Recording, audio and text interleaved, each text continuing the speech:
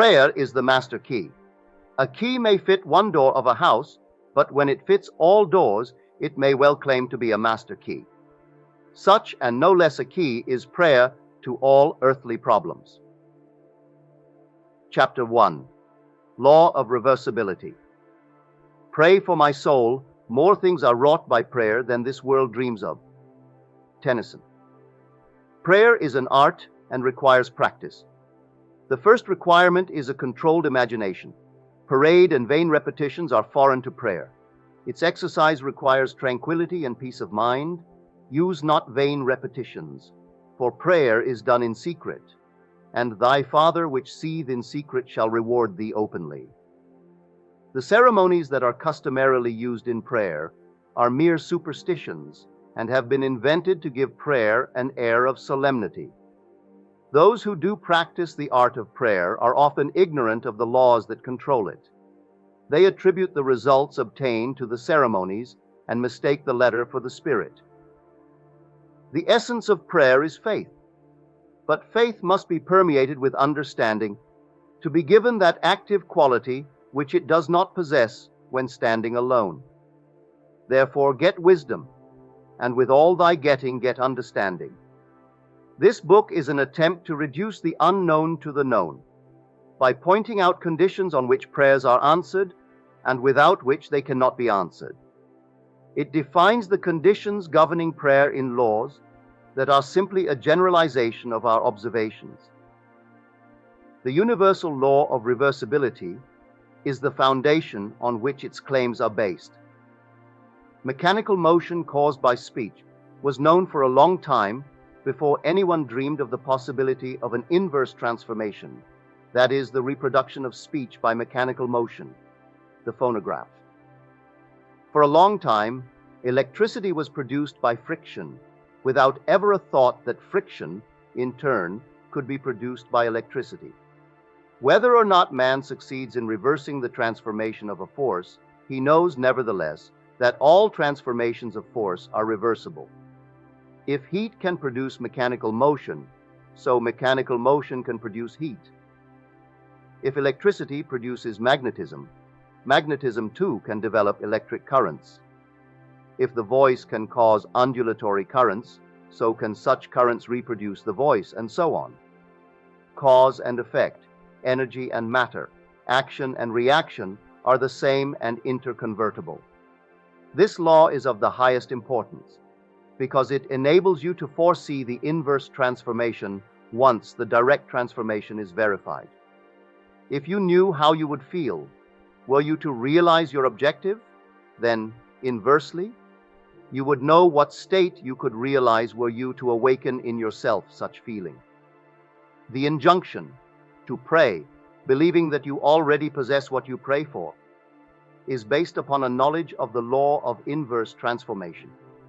If your realized prayer produces in you a definite feeling or state of consciousness, then, inversely, that particular feeling or state of consciousness must produce your realized prayer.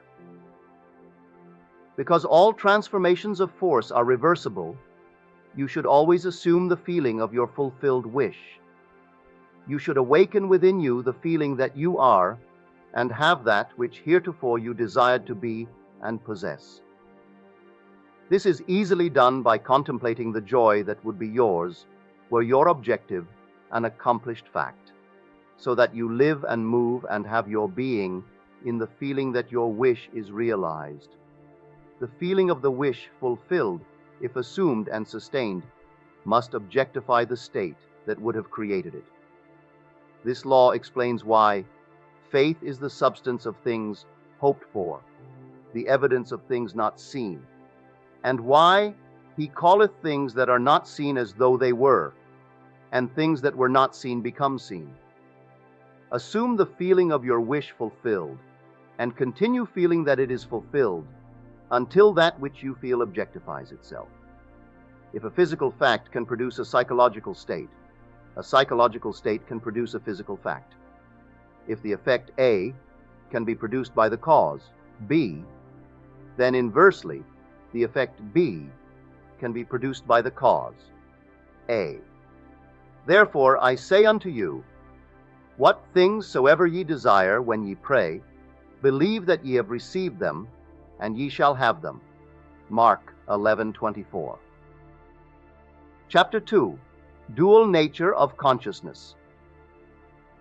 A clear concept of the dual nature of man's consciousness must be the basis of all true prayer. Consciousness includes a subconscious as well as a conscious part. The infinitely greater part of consciousness lies below the sphere of objective consciousness. The subconscious is the most important part of consciousness. It is the cause of voluntary action. The subconscious is what a man is. The conscious is what a man knows. I and my Father are one, but my Father is greater than I. The conscious and subconscious are one, but the subconscious is greater than the conscious. I of myself can do nothing. The Father within me, he doeth the work. I, objective consciousness, of myself can do nothing. The Father, the subconscious, he doeth the work. The subconscious is that in which everything is known, in which everything is possible, to which everything goes, from which everything comes, which belongs to all, to which all have access. What we are conscious of is constructed out of what we are not conscious of. Not only do our subconscious assumptions influence our behavior, but they also fashion the pattern of our objective existence. They alone have the power to say, let us make man, objective manifestations, in our image, after our likeness. The whole of creation is asleep within the deep of man and is awakened to objective existence by his subconscious assumptions. Within that blankness we call sleep, there is a consciousness in unsleeping vigilance, and while the body sleeps, this unsleeping being releases from the treasure house of eternity the subconscious assumptions of man. Prayer is the key which unlocks the infinite storehouse. Prove me now herewith, saith the Lord of hosts, if I will not open you the windows of heaven and pour you out a blessing that there shall not be room enough to receive it. Prayer modifies or completely changes our subconscious assumptions, and a change of assumption is a change of expression. The conscious mind reasons inductively from observation, experience, and education. It therefore finds it difficult to believe what the five senses and inductive reason deny. The subconscious reasons deductively and is never concerned with the truth or falsity of the premise, but proceeds on the assumption of the correctness of the premise and objectifies results which are consistent with the premise. This distinction must be clearly seen by all who would master the art of praying. No true grasp of the science of prayer can be really obtained until the laws governing the dual nature of consciousness are understood and the importance of the subconscious realized. Prayer, the art of believing what is denied by the senses, deals almost entirely with the subconscious. Through prayer, the subconscious is suggested into acceptance of the wish fulfilled, and, reasoning deductively, logically unfolds it to its legitimate end. Far greater is he that is in you than he that is in the world. The subjective mind is the diffused consciousness that animates the world. It is the spirit that giveth life. In all substance is a single soul, subjective mind. Through all creation runs this one unbroken subjective mind. Thought and feel, infused into beliefs, impress modifications upon it, charge it with a mission, which mission it faithfully executes. The conscious mind originates premises. The subjective mind unfolds them to their logical ends. Were the subjective mind not so limited in its initiative power of reasoning, objective man could not be held responsible for his actions in the world. Man transmits ideas to the subconscious through his feelings. The subconscious transmits ideas from mind to mind through telepathy.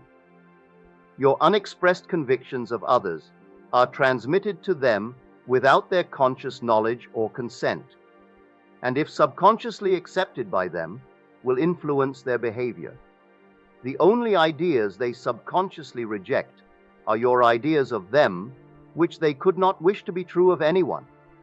Whatever they could wish for others can be believed of them, and by the law of belief, which governs subjective reasoning, they are compelled to subjectively accept, and therefore objectively express accordingly. The subjective mind is completely controlled by suggestion.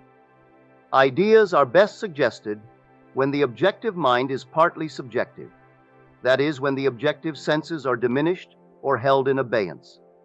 This partly subjective state can best be described as controlled reverie, wherein the mind is passive but capable of functioning with absorption. It is a concentration of attention.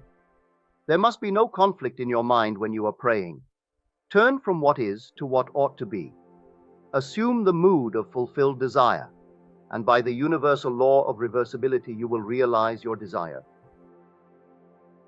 Chapter 3. Imagination and Faith. Prayers are not successfully made unless there is a rapport between the conscious and subconscious mind of the operator. This is done through imagination and faith. By the power of imagination, all men, certainly imaginative men, are forever casting forth enchantments, and all men, especially unimaginative men, are continually passing under their power. Can we ever be certain that it was not our mother while darning our socks who began that subtle change in our minds? If I can unintentionally cast an enchantment over persons, there is no reason to doubt that I am able to cast intentionally a far stronger enchantment.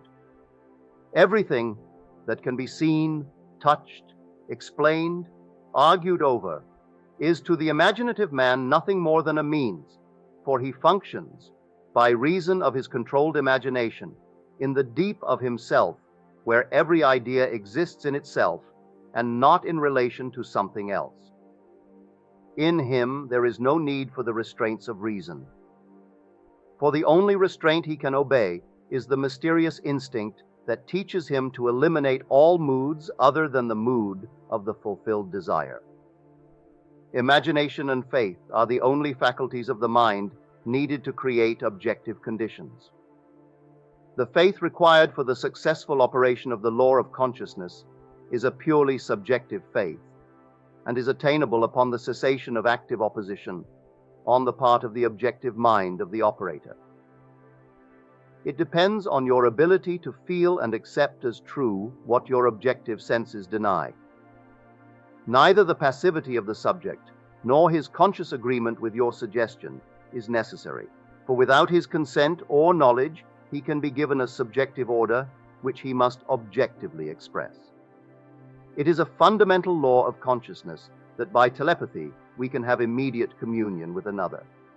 To establish rapport, you call the subject mentally. Focus your attention on him and mentally shout his name just as you would to attract the attention of anyone. Imagine that he answered and mentally hear his voice. Represent him to yourself inwardly in the state you want him to obtain. Then imagine that he is telling you in the tones of ordinary conversation what you want to hear. Mentally answer him. Tell him of your joy in witnessing his good fortune. Having mentally heard with all the distinctness of reality that which you wanted to hear, and having thrilled to the news heard, return to objective consciousness. Your subjective conversation must awaken what it affirmed. Thou shalt decree a thing, and it shall be established unto thee. It is not a strong will that sends the subjective word on its mission, so much as it is clear thinking and feeling the truth of the state affirmed. When belief and will are in conflict, belief invariably wins. Not by might nor by power, but by my spirit, saith the Lord of hosts. It is not what you want that you attract. You attract what you believe to be true.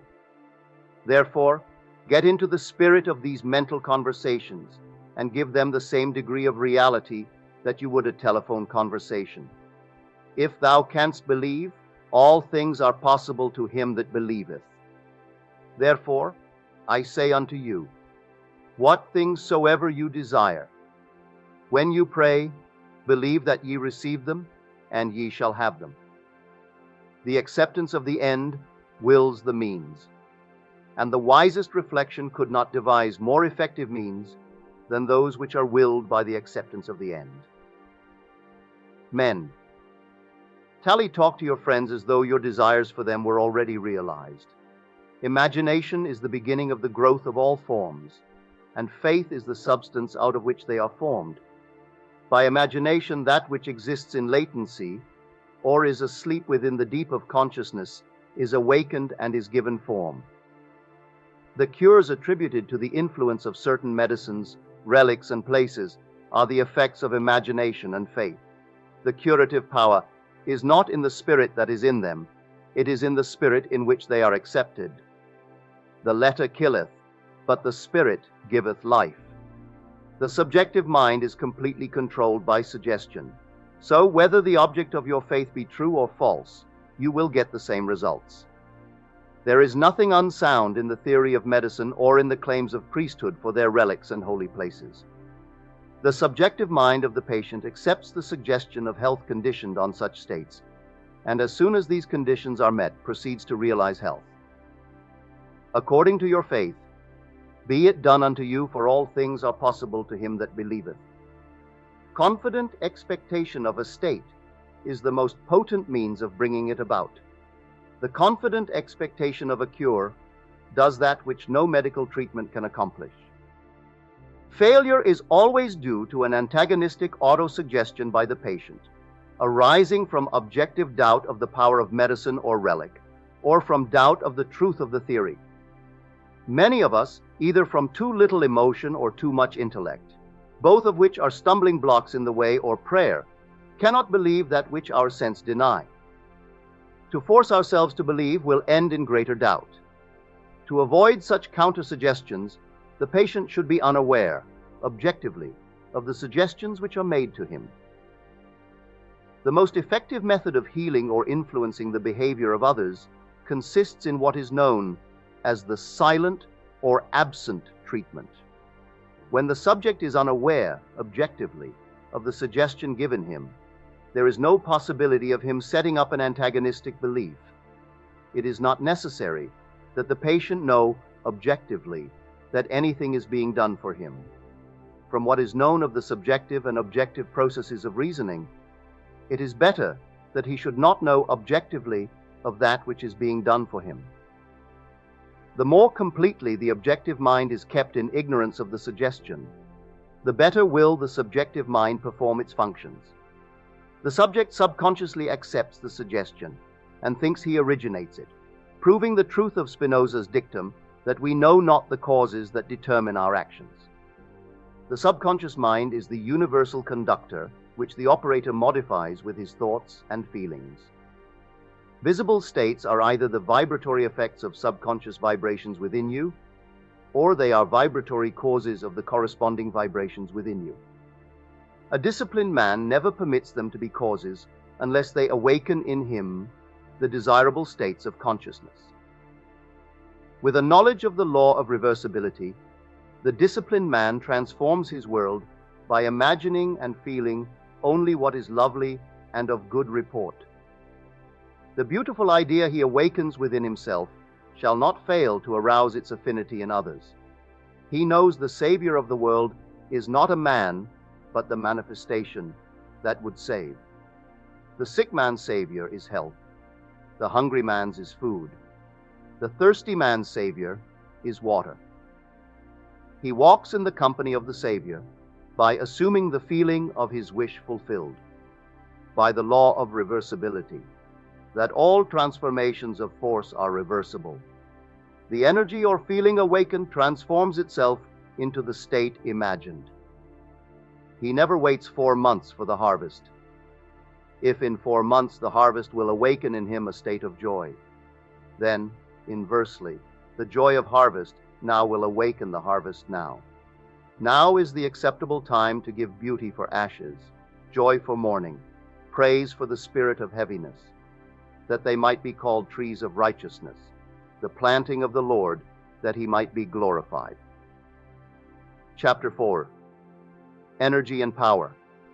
Everyone is amenable to the same psychological laws which govern the ordinary hypnotic subject. He is amenable to control by suggestion.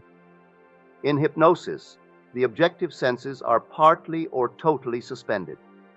However, no matter how profoundly the objective senses are locked in hypnosis, the subjective faculties are alert, and the subject recognizes everything that goes on around him.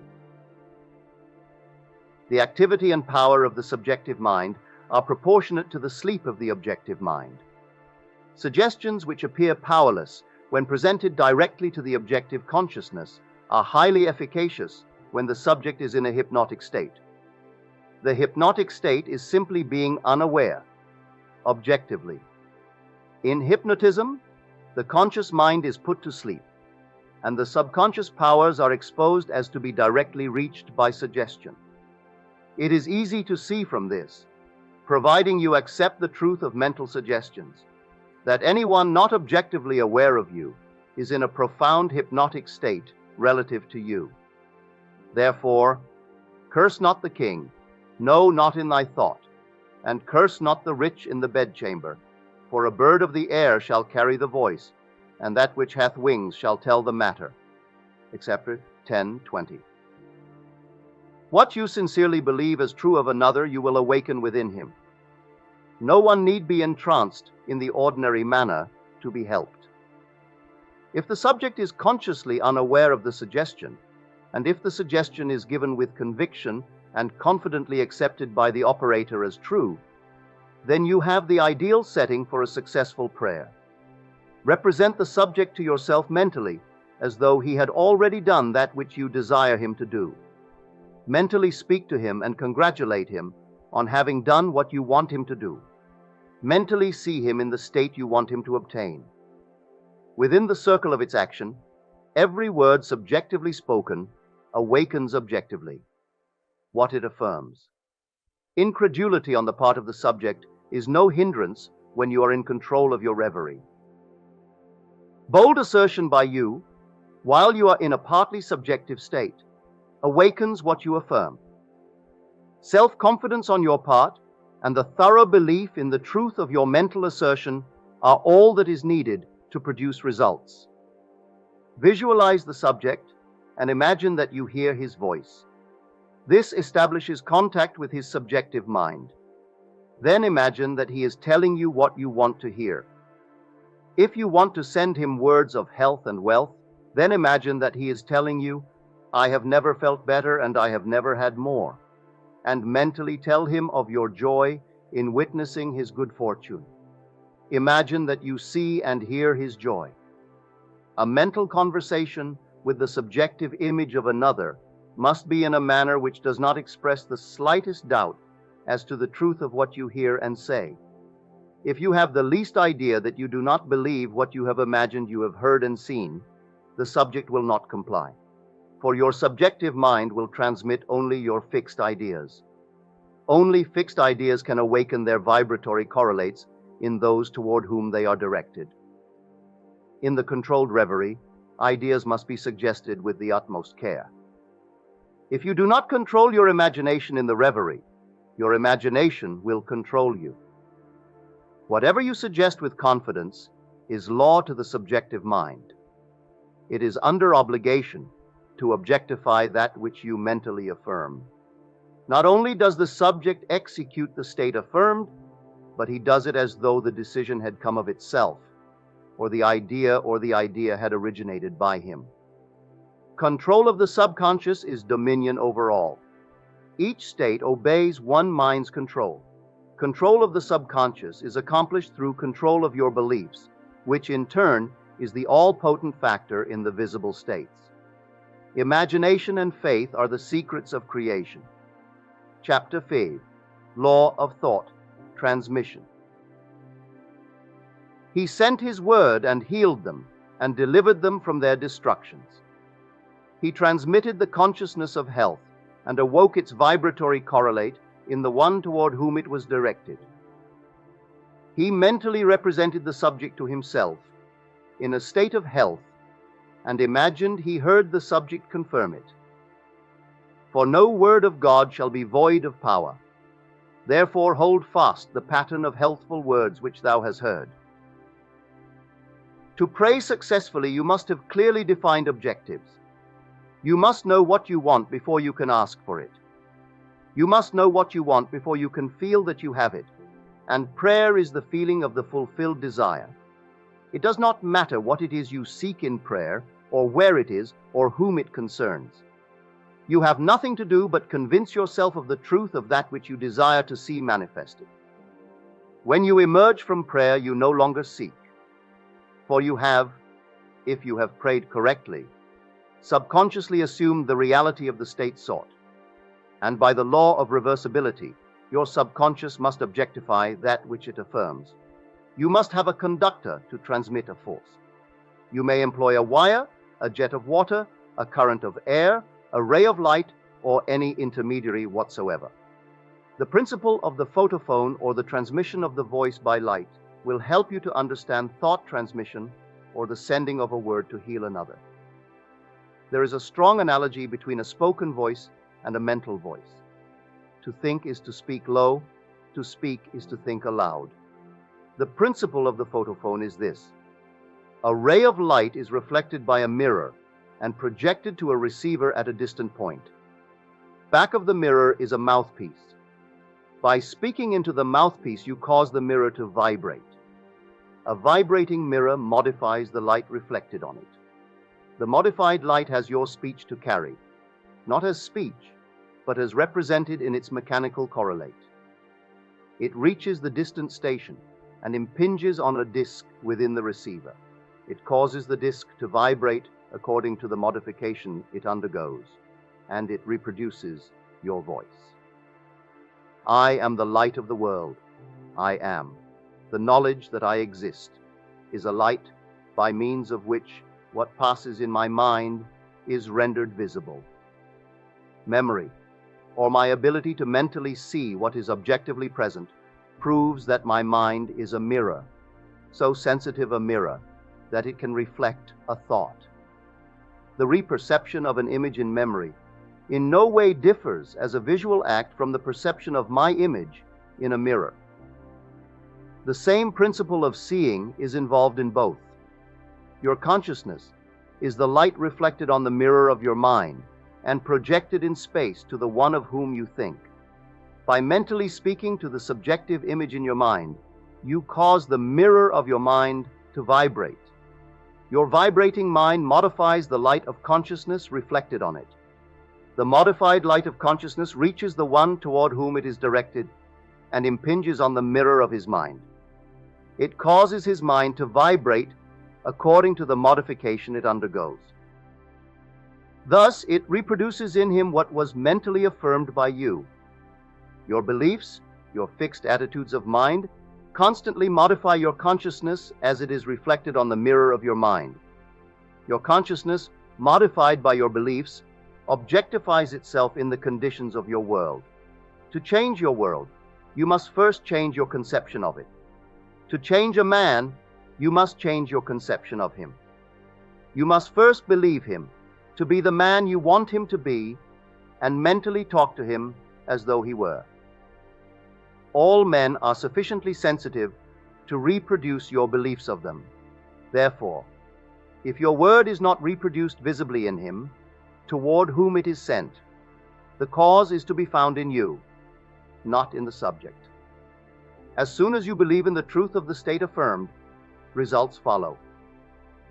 Everyone can be transformed, every thought can be transmitted, every thought can be visibly embodied. Subjective words, subconscious assumptions, awaken what they affirm. They are living and active and shall not return unto me void, but shall accomplish that which I please, and shall prosper in the thing whereto I sent them. They are endowed with the intelligence pertaining to their mission, and will persist until the object of their existence is realized.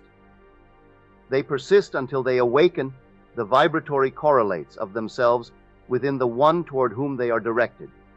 But the moment the object of their creation is accomplished, they cease to be. The words spoken subjectively in quiet confidence will always awaken a corresponding state in the one in whom it was spoken. But the moment its task is accomplished, it ceases to be, permitting the one in whom the state is realized to remain in the consciousness of the state affirmed, or to return to his former state. Whatever state has your attention holds your life. Therefore, to become attentive to a former state is to return to that condition.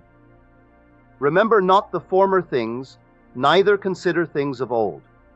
Nothing can be added to man, for the whole of creation is already perfected in him.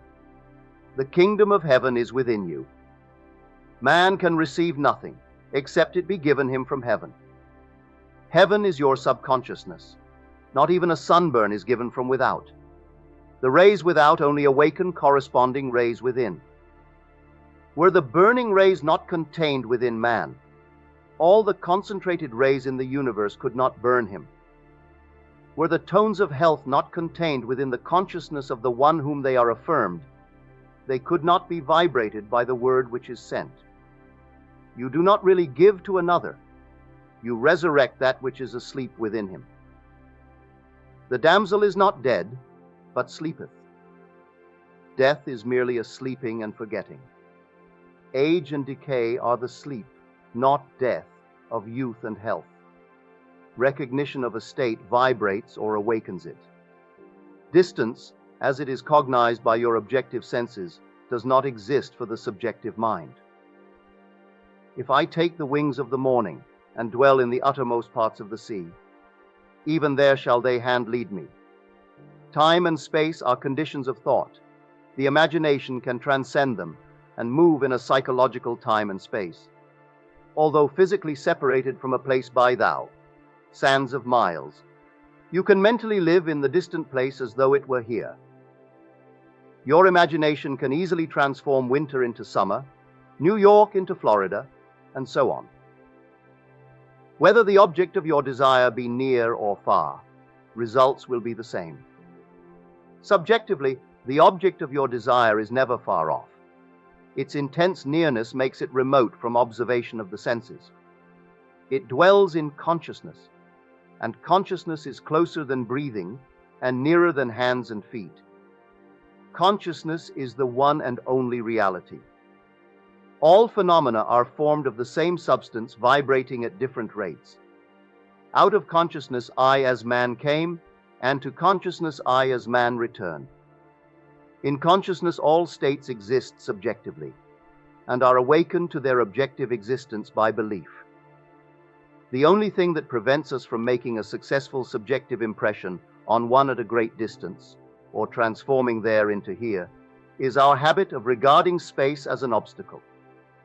A friend 1,000 miles away is rooted in your consciousness through your fixed ideas of him. To think of him and represent him to yourself inwardly in the state you desire him to be, confident that this subjective image is as true as it were already objectified, awakens in him a corresponding state which he must objectify. The results will be as obvious as the cause was hidden. The subject will express the awakened state within him and remain unaware of the true cause of his action. Your illusion of free will is but ignorance of the causes which make you act. Prayers depend upon your attitude of mind for their success and not upon the attitude of the subject. The subject has no power to resist your controlled subjective ideas of him unless the state affirmed by you to be true of him is a state he is incapable of wishing as true of another. In that case, it returns to you, the sender, and will realize itself in you.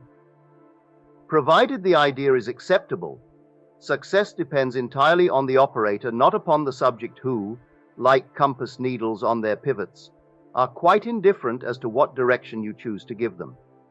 If your fixed idea is not subjectively accepted by the one toward whom it is directed, it rebounds to you from whom it came. Who is he that will harm you, if ye be followers of that which is good? I have been young, and now am old, yet have I not seen the righteous forsaken, nor his seed begging bread. There shall no evil happen to the just. Nothing befalls us that is not of the nature of ourselves. A person who directs a malicious thought to another will be injured by its rebound if he fails to get subconscious acceptance of the other. As ye sow, so shall ye reap.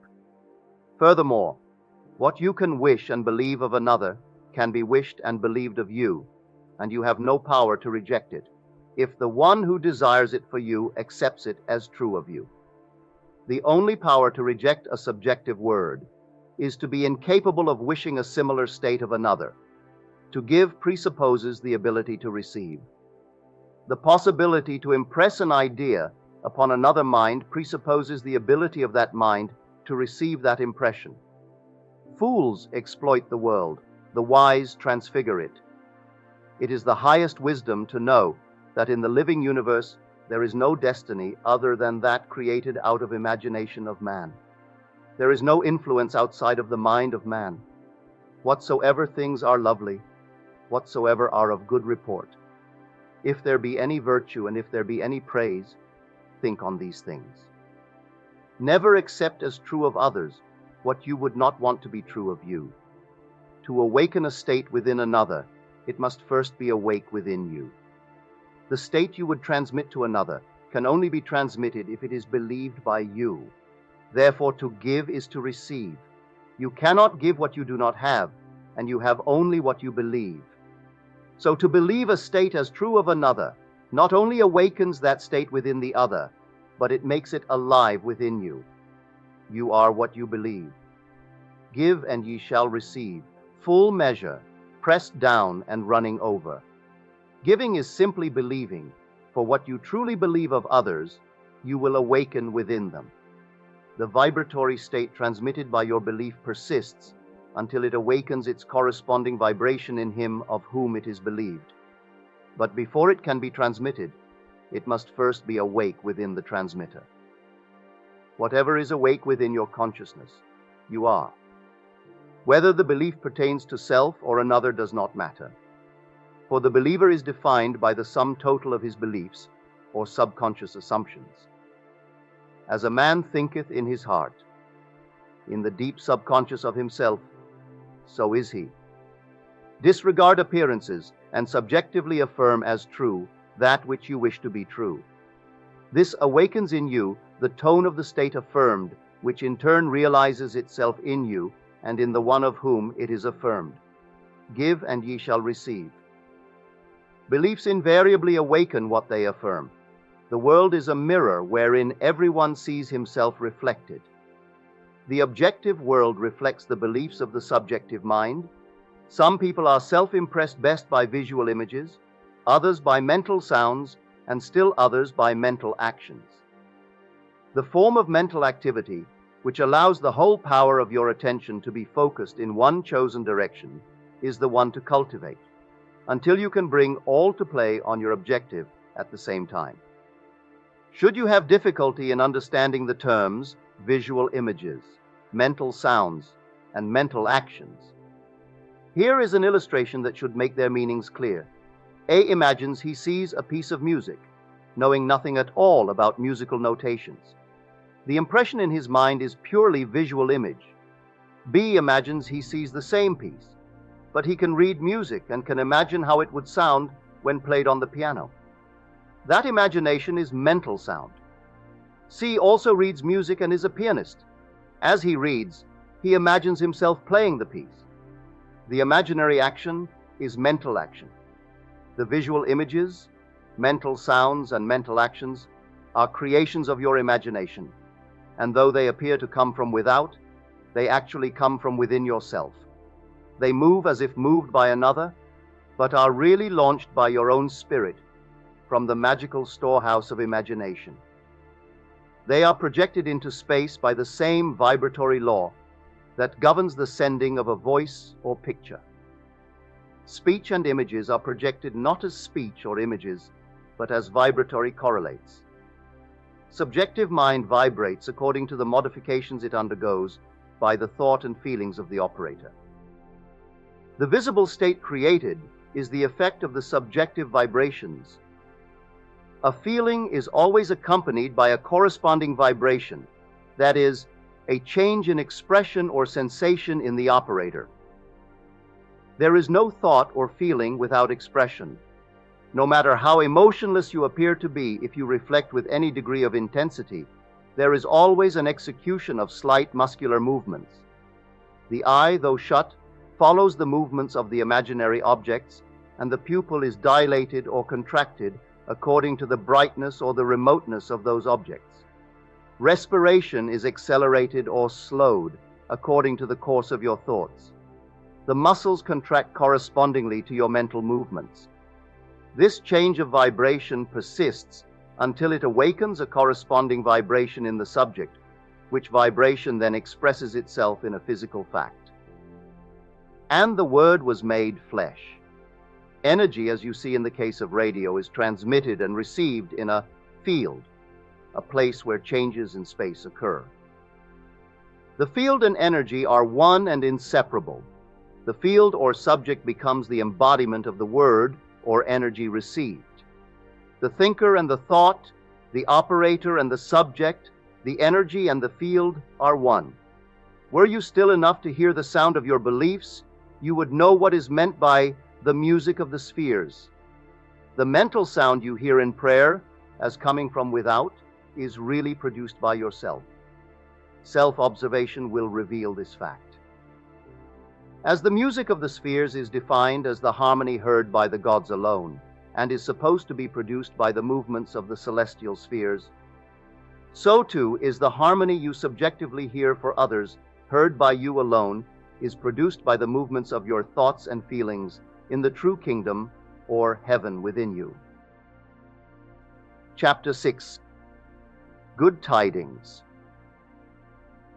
How beautiful upon the mountains are the feet of him that bringeth good tidings, that publisheth peace, that bringeth good tidings of good, that publisheth salvation. A very effective way to bring good tidings to another is to call before your mind's eyes the subjective image of the person you wish to help, and have him affirm that which you desired him to do. Mentally hear him tell you he has done it. This awakens within him the vibratory correlate of the state affirmed, which vibration persists until its mission is accomplished. It does not matter what it is you desire to have done or whom you select to do it. As soon as you subjectively affirm that it is done, results follow. Failure can result only if you fail to accept the truth of your assertion, or if the state affirmed would not be desired by the subject for himself or another. In the latter event, the state would realize itself in you, the operator. The seemingly harmless habit of talking to yourself is the most fruitful form of prayer. A mental argument with the subjective image of another is the surest way to pray for an argument. You are asking to be offended by the other when you objectively meet. He is compelled to act in a manner displeasing to you unless before the meeting you countermand or modify your order by subjectively affirming a change. Unfortunately, man forgets his subjective arguments, his daily mental conversations with others, and so is at a loss for an explanation of the conflicts and misfortunes of his life. As mental arguments produce conflicts, so happy mental conversations produce corresponding visible states of good tidings. Man creates himself out of his own imagination. If the state desired is for yourself, and you find it difficult to accept as true what your senses deny, call before your mind's eye the subjective image of a friend, and have him mentally affirm that you are already that which you desire to be. This establishes in him, without his conscious consent or knowledge, the subconscious assumption that you are that which he mentally affirmed, which assumption, because it is unconsciously assumed, will persist until it fulfills its mission. Its mission is to awaken in you its vibratory correlate, which vibration, when awakened in you, realizes itself as an objective fact. Another very effective way to pray for oneself is to use the formula of Job, who found that his own captivity was removed as he prayed for his friends. Fix your attention on a friend and have the imaginary voice of your friend tell you that he is or has that which is comparable to that which you desire to be or have, As you mentally hear and see him, feel the thrill of his good fortune and sincerely wish him well. This awakens in him the corresponding vibration of the state affirmed, which vibration must then objectify itself as a physical fact. You will discover the truth of the statement, "Blessed are the merciful, for they shall receive mercy." The quality of mercy is twice blessed. It blesses him who taketh and him who giveth. The good you subjectively accept as true of others will not only be expressed by them, but a full share will be realized by you. Transformations are never total. Force A is always transformed into more than a force B. A blow with a hammer produces not only a mechanical concussion, but also heat, electricity, a sound, a magnetic change, and so on. The vibratory correlate in the subject is not the entire transformation of the sentiment communicated. The gift transmitted to another is like the divine measure, pressed down, shaken together, and running over, so that after 5,000 are fed from the 5 loaves and 2 fish, 12 baskets full are left over. Chapter 7. The Greatest Prayer. Imagination is the beginning of creation. You imagine what you desire, and then you believe it to be true. Every dream could be realized by those self-disciplined enough to believe it. People are what you choose to make them. A man is according to the manner in which you look at him. You must look at him with different eyes before he will objectively change. 2 men looked from prison bars. One saw the mud, and the other saw the stars. Centuries ago, Isaiah asked the question, "Who is blind but my servant or deaf, as my messenger that I sent? Who is blind as he that is perfect, as blind as the Lord's servant?" The perfect man judges not after appearances, but judges righteously. He sees others as he desires them to be. He hears only what he wants to hear. He sees only good in others. In him is no condemnation, for he transforms the world with his seeing and hearing. The king that sitteth on the throne scattereth the evil with his eye. Sympathy for living things, agreement with human limitations, is not in the consciousness of the king, because he has learned to separate their false concepts from their true being. To him, poverty is but the sleep of wealth. He does not see caterpillars, but painted butterflies to be, not winter, but summer sleeping, not man in want, but Jesus sleeping. Jesus of Nazareth, who scattered the evil with his eye, is asleep in the imagination of every man, and out of his own imagination must man awaken him by subjectively affirming, "I am Jesus." Then, and only then, will he see Jesus, for man can only see what is awake in himself. The holy womb is man's imagination. The holy child is that conception of himself which fits Isaiah's definition of perfection. Heed the words of St. Augustine, "Too late have I loved thee, for behold, thou were within, and it was without that I did seek thee." It is your own consciousness that you must turn as to the only reality. There, and there alone, you awaken that which is asleep. Though Christ 1,000 times in Bethlehem be born, if he is not born of in thee, thy soul is still forlorn. Creation is finished. You call your creation into being by feeling the reality of the state you would call. A mood attracts its affinities, but it does not create what it attracts. As sleep is called by feeling, "I am sleepy," so too is Jesus Christ called by the feeling, "I am Jesus Christ."